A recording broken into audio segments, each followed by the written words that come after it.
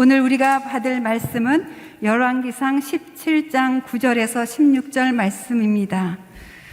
너는 일어나 시돈에 속한 사르밧으로 가서 거기 머물라. 내가 그곳 과부에게 명령하여 내게 음식을 주게 하였느니라.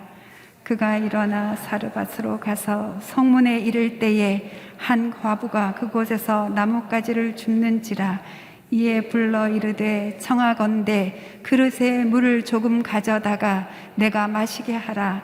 그가 가지러 갈 때에 엘리야가 그를 불러 이르되 청하건대 내 손에 떡 한 조각을 내게로 가져오라. 그가 이르되 당신의 하나님 여호와께서 살아계심을 두고 맹세하노니 나는 떡이 없고 다만 통에 한 그루 한 움큼과 병에 기름 조금뿐이라. 내가 나뭇가지 둘을 주워다가 나와 내 아들을 위하여 음식을 만들어 먹고 그 후에는 죽으리라. 엘리야가 그에게 이르되 두려워하지 말고 가서 내 말대로 하려니와 먼저 그것으로 나를 위하여 작은 떡 한 개를 만들어 내게로 가져오고 그 후에 너와 내 아들을 위하여 만들라. 이스라엘의 하나님 여호와의 말씀이 나 여호와가 비를 지면에 내리는 날까지 그 통에 가루가 떨어지지 아니하고 그 병에 기름이 없어지지 아니하리라 하셨느니라. 그가 가서 엘리야의 말대로 하였더니 그와 엘리야와 그의 식구가 여러 날 먹었으나 여호와께서 엘리야를 통하여 하신 말씀 같이 통에 가루가 떨어지지 아니하고 병에 기름이 없어지지 아니하리라. 아멘. 예, 앉아주시겠습니다. 오늘 우리에게 이 말씀을 가지고 또 하나님의 말씀을 대언해 주실 목사님은 이주연 목사님이시고요. 잘 아시듯이 산마루교회 담임하고 계시고 요즘에 평창에서 회개한 자가 거하는 거룩한 땅을 일구며 수고하시고 계십니다. 오늘 목사님께서 사랑을 아는 이가 사랑을 산다라는 제목으로 말씀 전해 주실 텐데요. 그 전에 다음 주에 저희가 월마리 행전이 있습니다. 그 월마리 행전 광고 영상 보시고 목사님 말씀 듣도록 하겠습니다. 주여 우리에게 기도를 가르쳐 주옵소서. 주여 우리의 기도를 사용하여 주옵소서. 주여 우리의 기도를 응답하여 주시옵소서.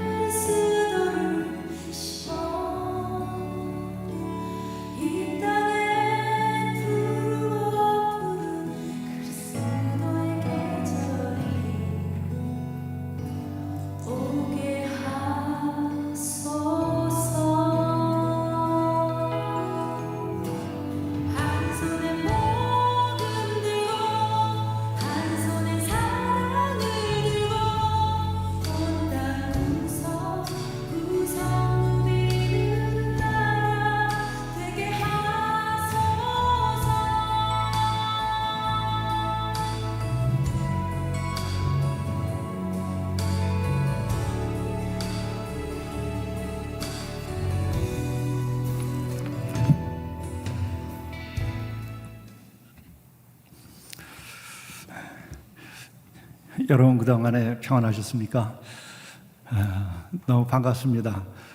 그리고 저는 올 때마다 와서 위로를 얻고 용기를 얻고 갑니다.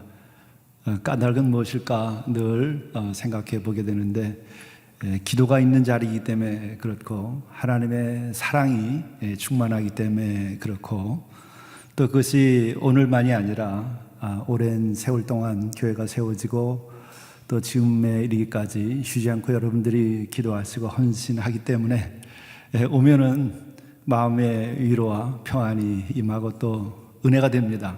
그래서 올 때마다 제가 힘을 얻고 가게 됩니다. 자주 불러주시면 제가 더 힘이 날 텐데 예, 고맙습니다. 오늘 여러분 뵙게 되고 또 초대해 주셔서 감사합니다. 그동안 제가 어떻게 지냈는지 하는 것을 짧은 영상 하나를 가지고 보고도 드릴 겸 또 나눔도 가질 겸 하나님의 역사와 사랑하심이 어떤 것이 있는지도 보여드리고 또 함께 그 영상 속에 있는 메시지를 나누면서 오늘 사르밧 여인의 그 이야기를 통해서 은혜를 나누고자 합니다. 영상을 좀 보도록 하시죠. 내일 오전 9시 교회에서 출발합니다. 도움이 되게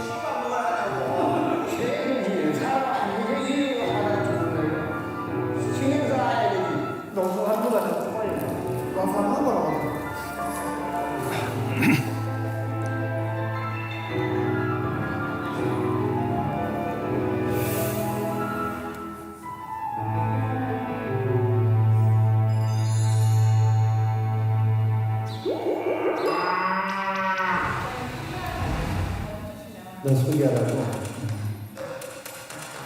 사람이 가장 어려운 거는 내가 누군가 하는 것을 아는 게 가장 어려운 일이죠. 잘 지내셨어요? 예, 반갑습니다. 한마음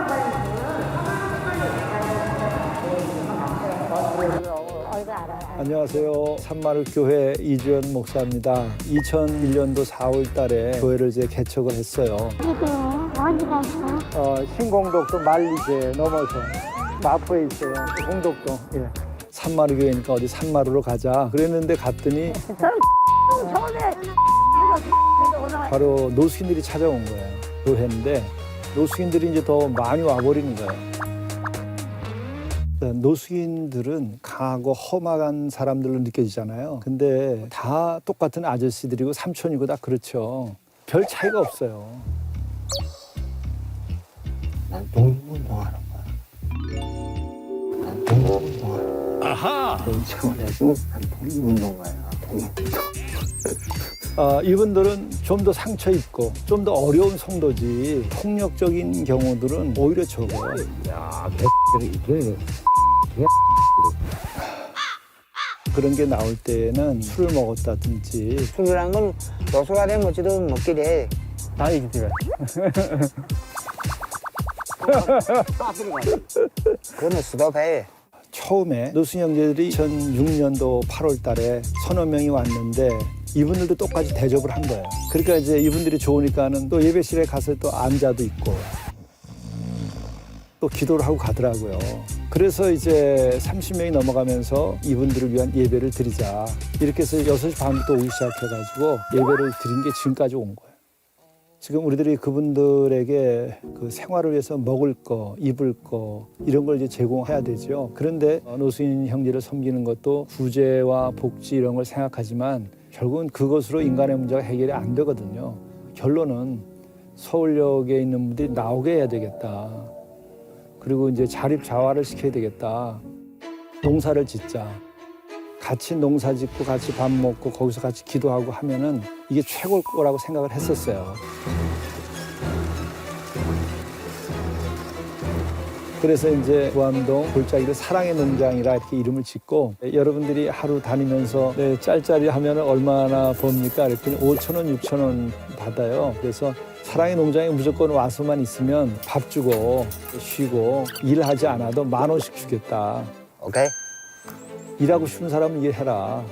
그렇게 시작하고 아침에 저희가 7시 가서 저녁 때 5시까지 10년은 사랑의 농장에서 모든 걸 다 갖춰가지고 하시니까 목사님이 저는 북악산 골짜기에서 포천 공동체에서는 이제 해맞이 공동체 처음에는 열심히들 일을 했어요. 근데 나중에 2년, 3년 넘어가면서부터는 옛사람으로 돌아가는 거야. 경마, 뭐 도박 이런 쪽에 이제 넘어가니까 무너지는 거예요, 생활이.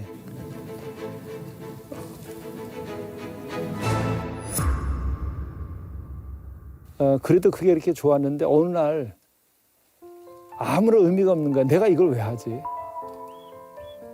다 내버리고 싶은 거야. 만나면 맨날 서로 싸우지. 해줘도 해줘도 끝이 없지. 그러면서 어느 순간에 보니까 아, 내 에너지가 어디서 나오는가 깨닫는 순간들이 계속 되어 왔죠. 도덕적인 양심에 따라서 하는 선행은 곧 멈춰서요. 어떤 사람들은 사회적인 정의감에서 해요. 그것도 얼마 지나고 나면 의분도 사라지고 아무것도 못해요. 그러면 어떻게 이게 가능하냐? 그럼 결국은 뭐냐? 사랑인데 하나님의 사랑. 그분들도 진정한 사랑을 느껴야 거기서 벗어나고 또 힘을 얻지. 그렇기 때문에 이제 사랑이 필요한 거예요. 말씀이 필요한 거예요. 우리 목사님이 지금도 내가 이렇게 보면은 좋은 일 너무 많이 하죠. 서울에 그래요. 나 같은 노숙인이 엄청 많거든.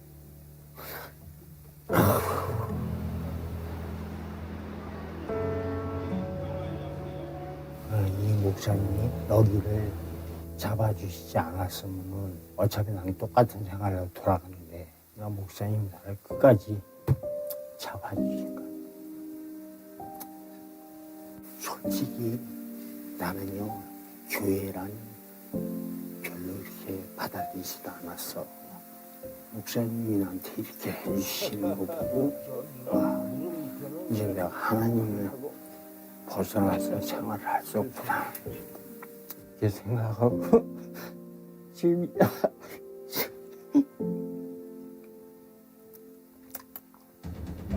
우리 대하는 게 영 고맙더라고.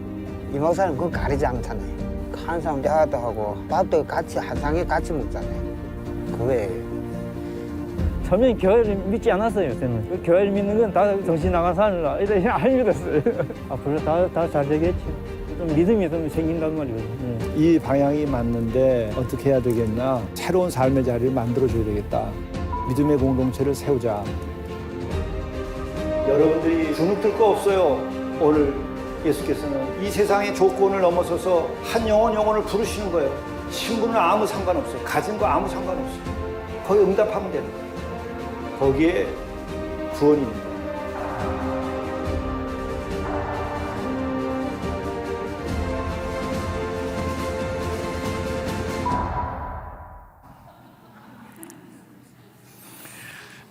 여러분 여기에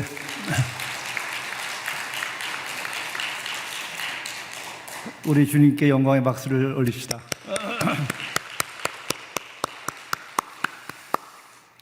이것을 특별히 오늘 방영하게 된 것은 여러분들에게 고맙다는 말씀을 좀 드리려고 그러는 겁니다. 여러분들이 함께 했기 때문에 이것이 가능한 거였었어요. 여러분들께서 3번에 걸쳐서 비전원금을 하셨어요. 그 비전원금이 공동체를 만드는 데까지 큰 힘이 됐습니다. 그래서 저런 이야기에는 여러분들이 보이지 않는 사랑의 헌신이 있었던 것을 여러분들에게 알려드립니다. 또 하나는 제가 저것을 보면서도 저게 어떻게 가능할까 그런 생각도 들어요.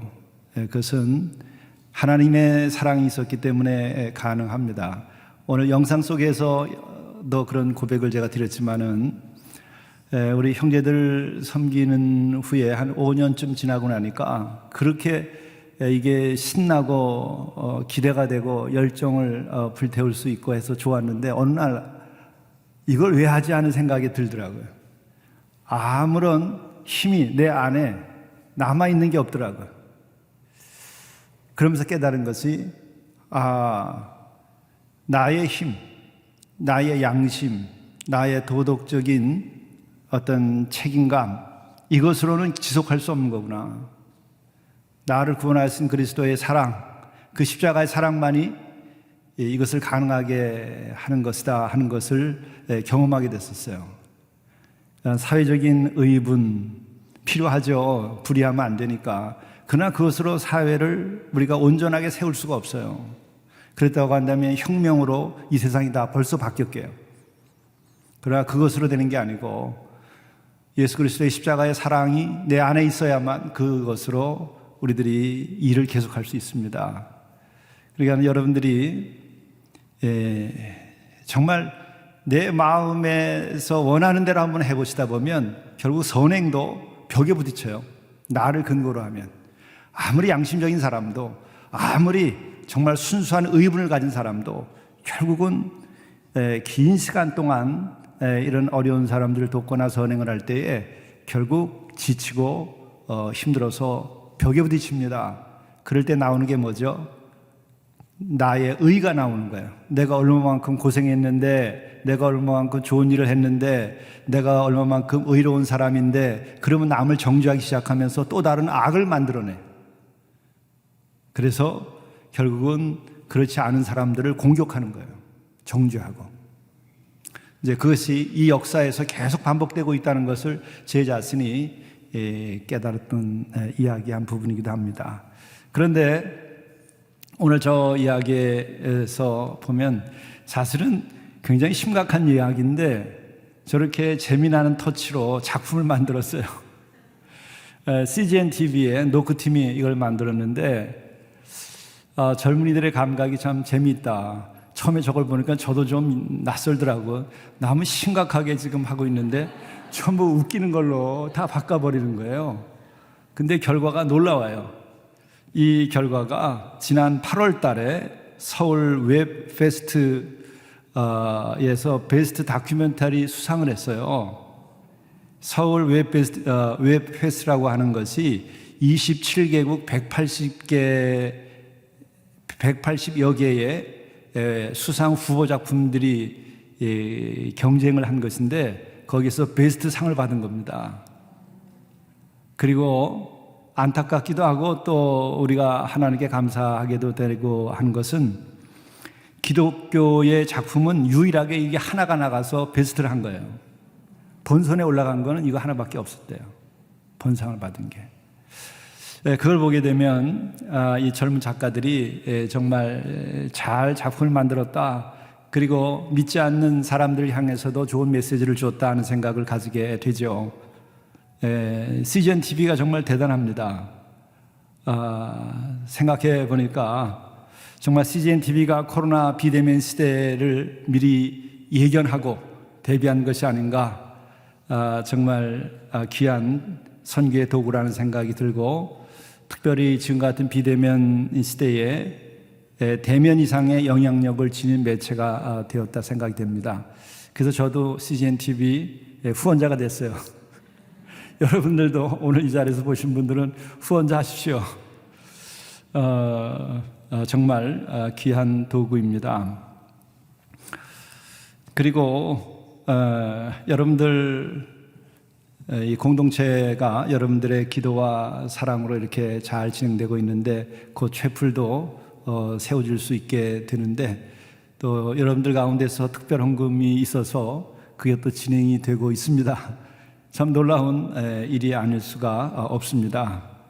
여러분들 오시면 제가 포크레인도 태워드리고 트랙터 운전도 가르쳐드리고 제가 그렇게 하겠습니다. 여러분들 언제든지 우리 마리아 기도팀들과 함께 오시면 또 은혜의 자리가 되리라고 생각을 합니다. 저는 오늘 이 사르밧 여인의 이야기를 대하면서 구약의 마리아의 모습을 보게 됩니다. 여러분들 뒷면에 하나님의 말씀이 쓰여 있죠. 주의 여정이오니 말씀대로 내게 이루어지이다.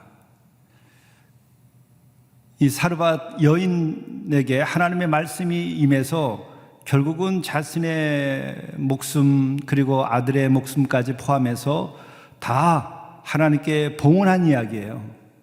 그랬더니 하나님께서 그를 구원하시고 그를 복되게 하셨다는 이야기입니다. 요점은. 그렇죠. 그런데 어떻게 이 여인이 그게 가능할까?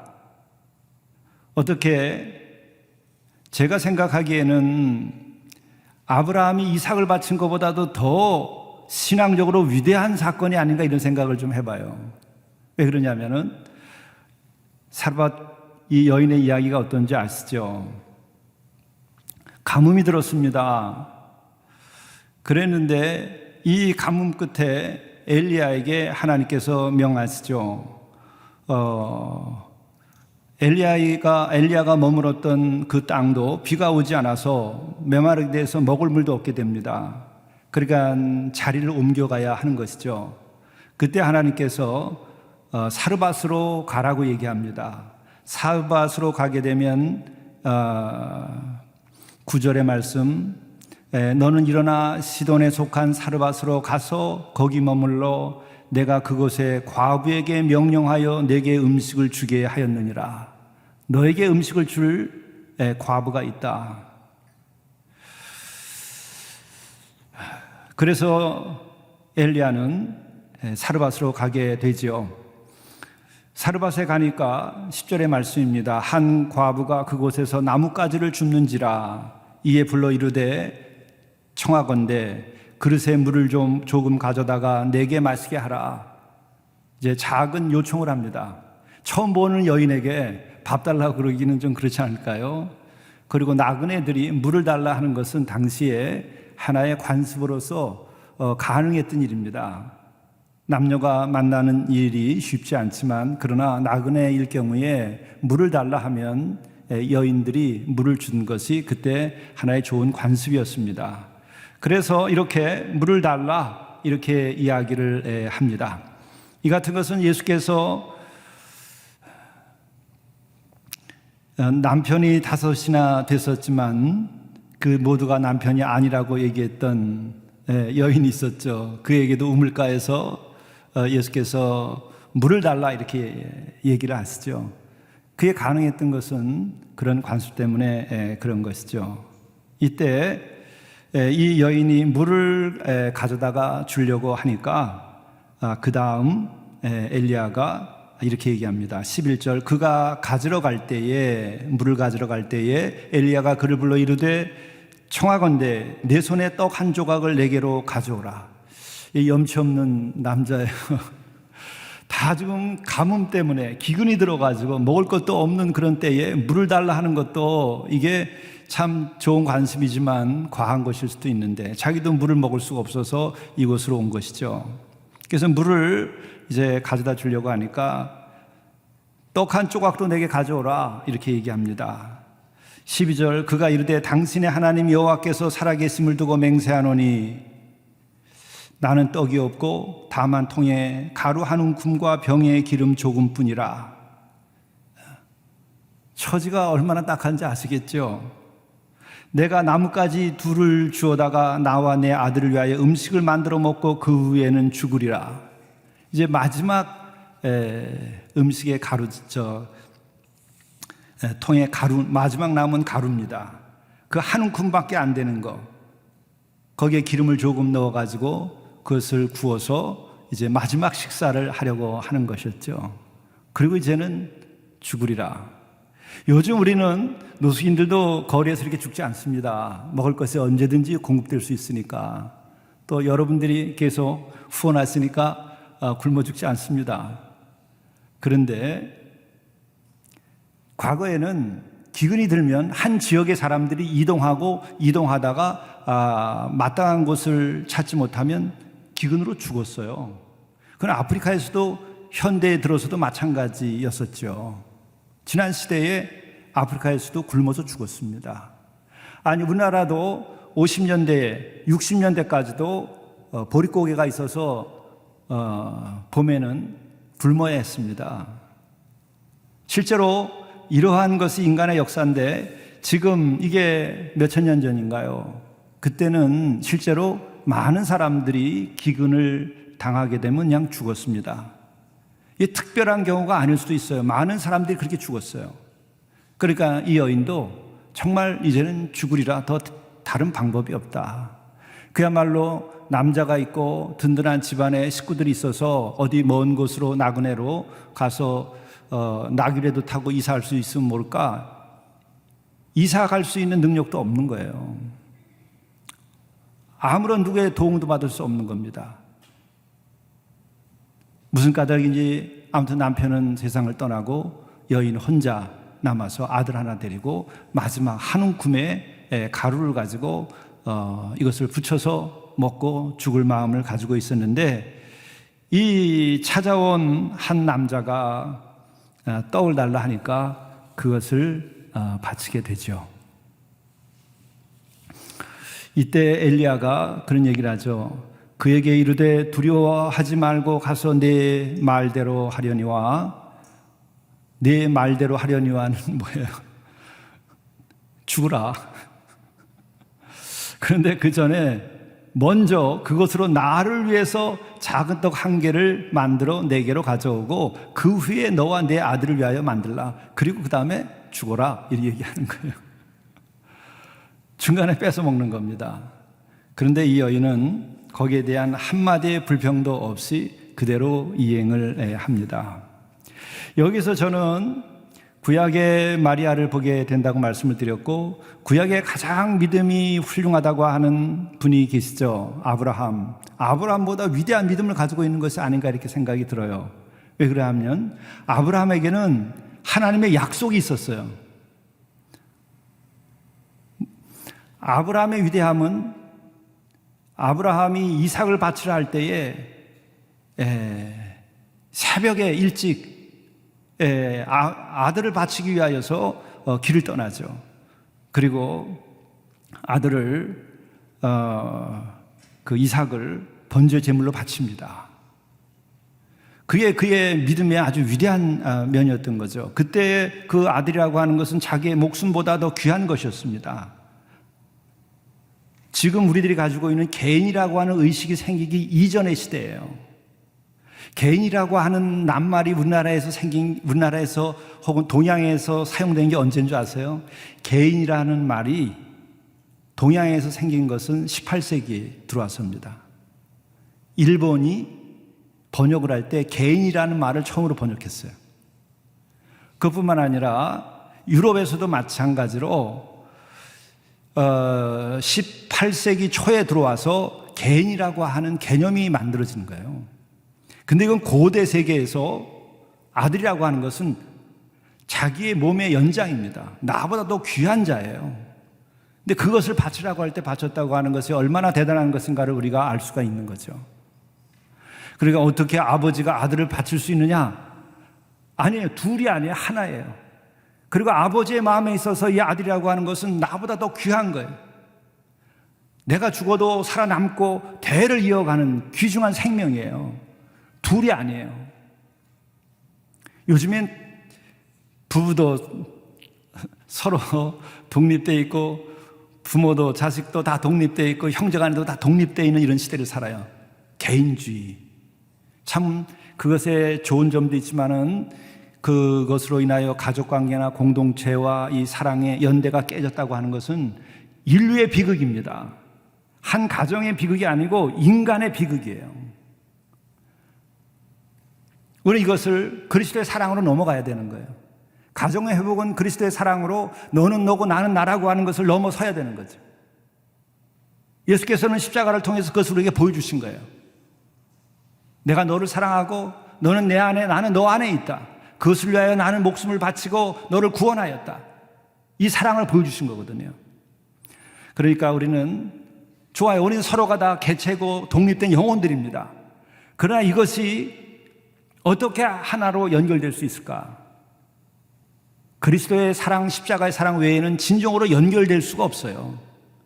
인간의 하나의 영혼이 하나의 개체이기 때문에 완전한 독립체인 겁니다. 실제로 여러분이 올 때도 혼자 오셨고 갈 때도 혼자 가요. 아무리 남편을 사랑하고 아무리 아내를 사랑하고 아무리 자식을 사랑해도 다 혼자 왔다 혼자 가는 거예요. 독립되어 있는 겁니다. 그럼에도 불구하고 우리가 어떻게 함께 공동체를 이루고 한 마음으로 살아갈 수 있겠는가? 그것은 여러분들이 세상을 살아보시니까 다 아셨겠지만 뭘로 가능해요? 둘 중에 하나인 것 같아요. 그냥 눈을 감아주고 그냥 같이 계속 살든지, 마음에 안 들어도 내 남편이, 내 아내가, 내 자식이 마음에 안 들어도 눈을 감고 그냥 가족이니까 살자 하든지, 아니면 진정한 사랑은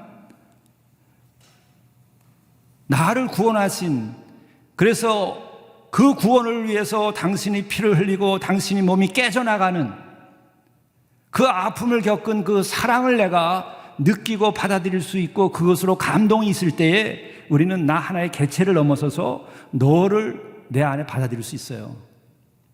그렇지 않은 방법이 있는지 한번 생각해 보세요.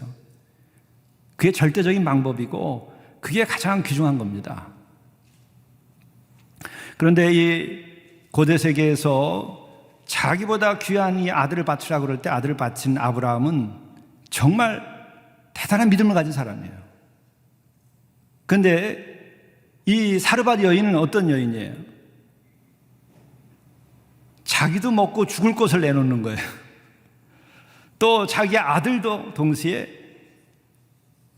마지막 먹고 죽을 것을 내놓는 거예요.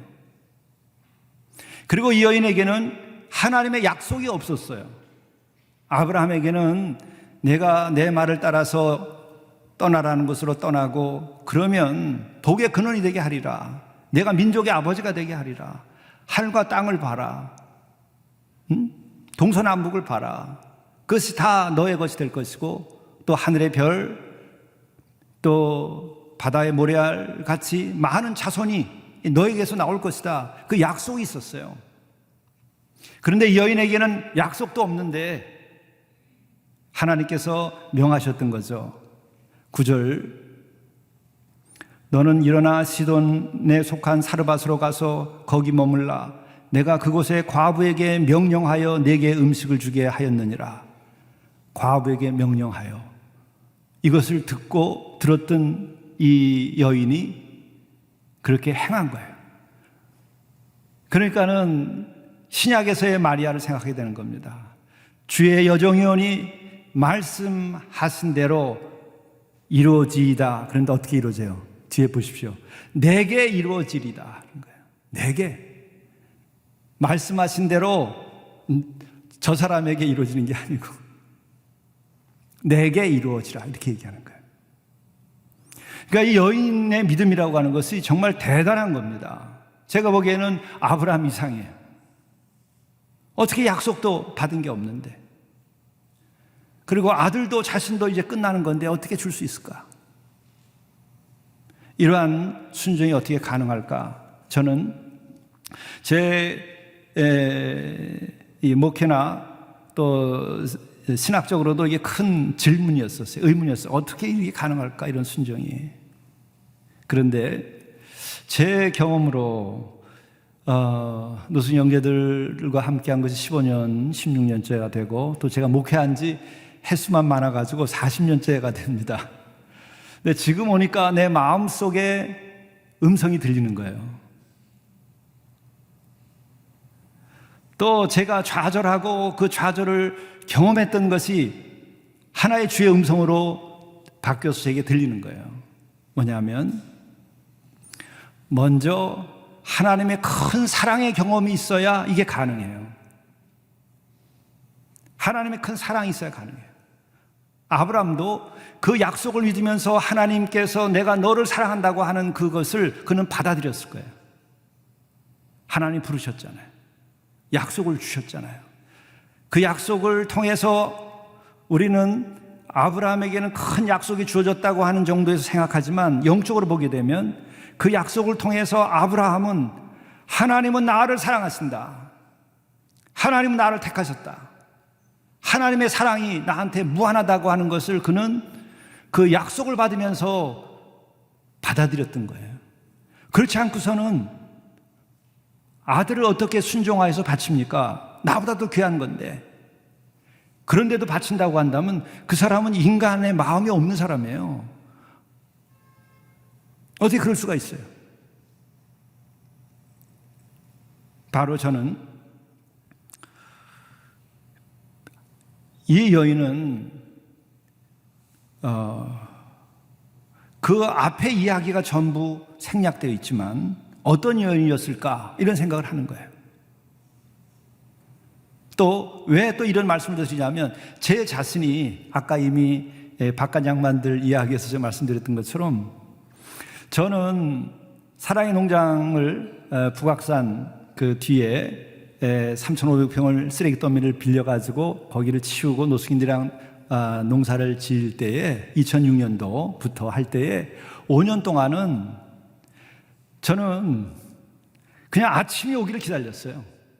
새벽이 오면 내가 가서 삽 들고 괭이 들고 일하고 또 아침 7시면 같이 기도회 하고 커피 마시고 같이 지내고 그게 매일 기다려졌었어요. 근데 어느 날 아무것도 못하겠더라고요. 이걸 왜 하지? 이걸 왜 하지? 에너지가 하나도 없는 거예요. 완전히 고갈돼 버리는 거예요. 그래서 발견된 것이 뭐냐? 내 마음속에 있었던 것은 목사로서의 양심 때문에 그 같은 일을 계속 했던 거예요. 또 하나는 젊은 시절에 그 약자들에 대한 양심의 가책, 그리고 또 불의한 어떤 힘에 대해서 약자들에 대한 그 어떤 의분, 약자들의 그 어떤 권위적인 권력에 의해서 혹은 그런 힘에 의해 가지고 이 약한 사람들, 힘없는 사람들이 어려움을 겪는 것에 대한 분노가 있었어요. 이게 될 일이냐 세상에. 예? 그때 실제 그랬어요. 그때 여공들을 공순이라고 그랬죠. 한 달에 1박 2일이나 2박 3일밖에 휴가가 없었고 야근까지 해서 합숙하면서 일했어요. 공장에서. 교회도 못 나왔습니다. 주일 못 지켰어요. 교회 가겠다고 그랬더니 못 가게 했어요. 그뿐만 아니라 이게 다 그 시절에 들었던 이야기들인데, 그래서 마음이 아픈 것인데 늘 잊어먹을 수가 없는 거예요. 물을 저녁에 안 줬어요. 공장에서 일하는데. 왜? 화장실 자주 간다고. 그 정도까지 고단하게 일을 해가지고 오늘날 이렇게 나라를 세운 겁니다. 그러니까 그때 그것에 대한 어떤 그 사회적 차별에 대한 그 분노 같은 것이 있었는데 그게 다 사라진 거예요. 그러고 나니까 아무것도 할 수 없는 거예요. 양심의 가책, 어떤 목사로서의 어떤 책임감, 또 그런 의분, 이런 것들이 다 사라져 버리더라고요. 한 5년 하니까. 그러면 어떻게 이걸 계속할 것인가? 결국은 가장 밑에서 주님의 말씀이에요. 내가 너를 사랑하고 너를 위하여 피 흘려 죽지 않았냐. 주님의 사랑. 그 사랑이 내 마음에 채워질 때에 다시 일어나서 할 수 있게 된 거예요. 네, 이걸 생각하면서 여러분, 내 목숨도 내놓고 그리고 내 가진 것도 내놓고 그거 하는데 명령하시니까 내가 그냥 한다. 인간이 로봇입니까? 여러분에게는 가슴도 없고 여러분에게는 마음도 없고 여러분 생각도 없습니까? 여러분들 마음속에 진정 순종하려고 하면 사랑의 마음이 있어야 순종할 수 있어요. 여러분, 사랑이 식으면 남자가 은퇴 후에 집에 가서 밥을 못 얻어 먹어요. 삼식이 왔구나. 그런데 그러죠. 그러나 사랑이 남아있으면, 조그만 사랑이라도 남아있으면 밥해서 먹이고 같이 잘 살게 되는 거예요. 뭔가 사랑이 있어야 돼. 그러나 내 남편도 아니고 내 자식도 아닌데 그것도 거리에서 노숙인 혹은 또 오늘 사르밧 여인의 이야기를 보게 되면 어때요? 생전 보지도 못하던 웬 남자가 찾아와가지고는 마지막 양식을 달라 하는데 그걸 어떻게 줘요? 내 자식을 줘야지. 이게 어떻게 가능할까? 로봇도 아닌데 가능한 까닭은 뭐냐? 저는 제 경험으로 해석하고 추정이 되고 요즘에는 이 말씀에 대한 해석이 돼서 은혜를 많이 받아요. 뭐냐? 자기가 태어나서 존재하는 것 자체가 한없는 하나님의 은혜라고 하는 것을 이 여인은 알고 있었을 거예요. 그렇죠? 그게 보편적인 사랑이에요. 창조주 하나님의 사랑이에요. 그것을 자연의 은총이라고 신학에서는 말해요. 창조의 은총이에요. 여러분이 노력해서 여러분이 생명을 얻은 게 아니잖아요. 우리가 노력해서 하늘과 땅이 있는 게 아니잖아요. 그렇죠? 농사를 지어보면 더 잘 알게 되는 게 우리는 고작 씨밖에 뿌린 게 없어요. 다 자라나게 하는 힘이 위대한 겁니다. 근데 그까지 씨 좀 뿌렸다고 해서 뭐 내 거라고만 그렇게 난리치는 것이 너무나 우스워요.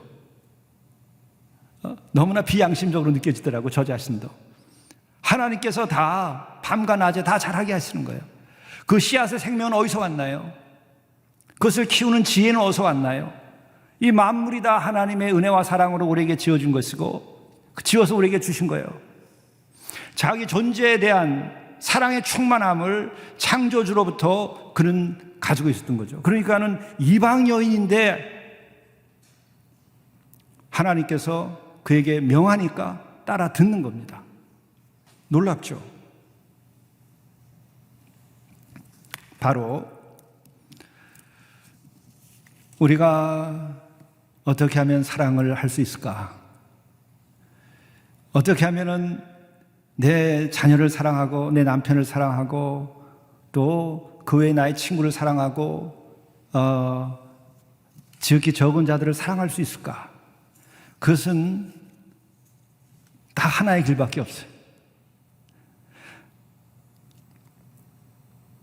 우리가 사랑하면 그가 먼저 우리를 사랑하셨습니다. 그가 누구예요? 우리가 아직 죄인 되었을 때에 그리스도께서 우리를 위하여 죽으심으로 하나님께서 우리에 대한 자기의 사랑을 확증하셨느니라. 그 사랑을 내가 깨닫고 바로 그가 먼저 우리를 이렇게 사랑했다고 하는 것을 우리가 믿고 그 안에 거해야 돼요. 그러면 여러분, 인생의 어떤 고통도 그 사랑을 이길 수가 없어요. 그 어떤 시험도 그것을 이길 수가 없어요.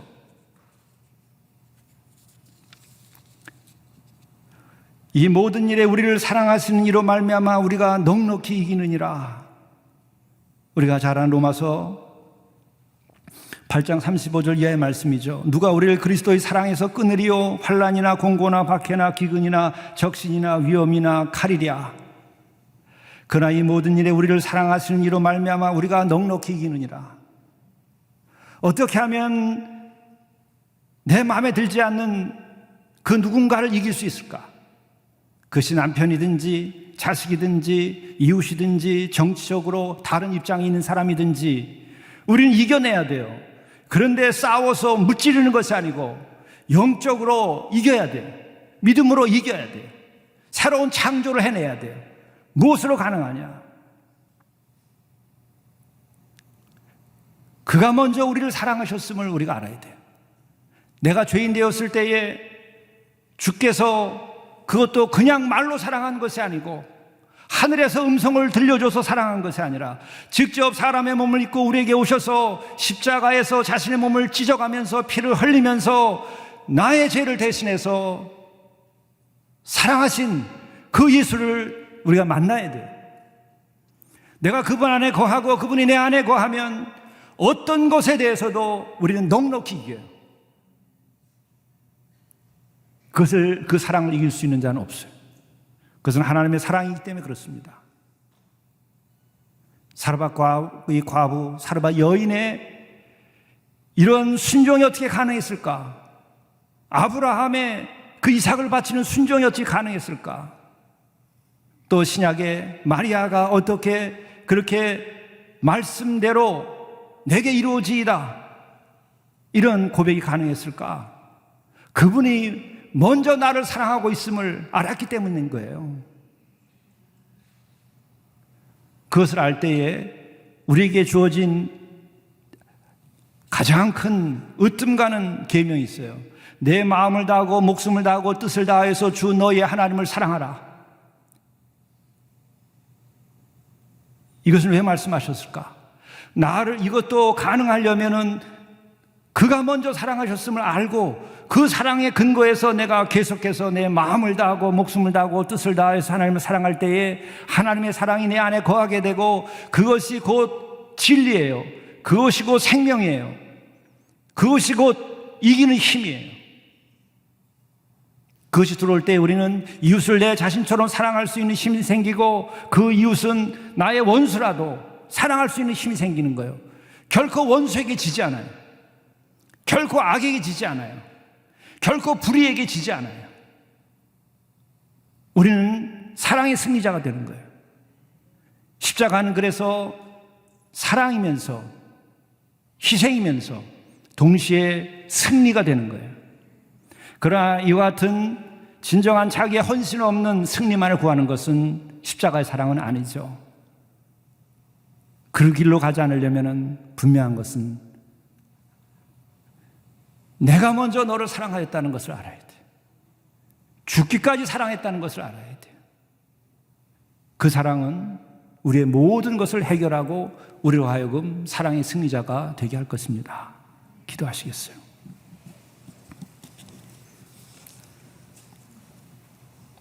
우리가 아직 죄인 되었을 때에 그리스도께서 우리를 위하여 죽으심으로 하나님께서 우리에 대한 자기의 사랑을 확증하셨느니라. 우리가 사랑함은 그가 먼저 우리를 사랑하셨습니다.